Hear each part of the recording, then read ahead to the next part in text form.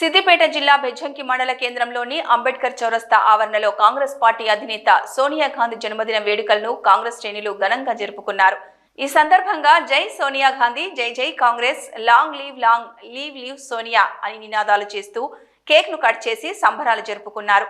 ఈ సందర్భంగా బెజ్జంకి మండల వ్యవసాయ మార్కెట్ కమిటీ అధ్యక్షులు పులికృష్ణ, మండల కాంగ్రెస్ పార్టీ అధ్యక్షులు ముక్కిస రత్నాకర్ రెడ్డి మాట్లాడుతూ 4.5 కోట్ల తెలంగాణ ప్రజల ఆకాంక్ష 60 ఏళ్ల కోరికను ఫలింపజేసి రాష్ట్రమిచ్చిన సోనియా గాంధీ జన్మదినం ఈరోజు అని స్పష్టం చేశారు.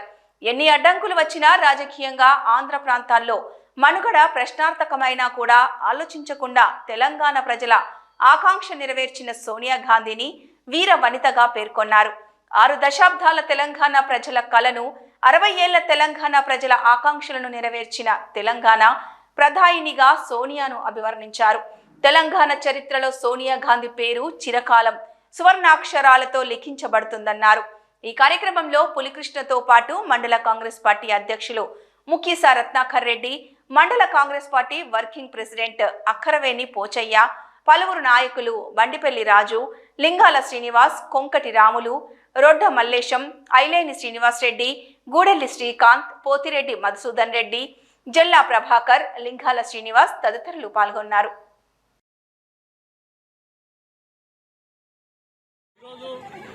సోనియా గాంధీ గారి పుట్టినరోజు సందర్భంగా బెజ్జంకి మండల కాంగ్రెస్ ఆధ్వర్యంలో అంబేద్కర్ చౌరస్తా వద్ద పుట్టినరోజు వేడుకలు నిర్వహించడం జరిగింది.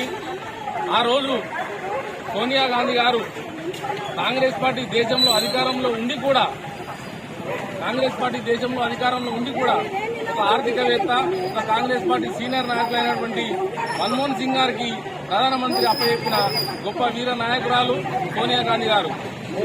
తెలంగాణ విషయానికి వస్తే ఇటు తెలంగాణలో కూడా తెలంగాణ బిడ్డలు ఆత్మ బలిదానాలు కావాలి, తెలంగాణ ప్రాంతం గురించి ఆలోచించి తెలంగాణ ఇచ్చిన గొప్ప నాయకురాలు సోనియా గాంధీ గారు.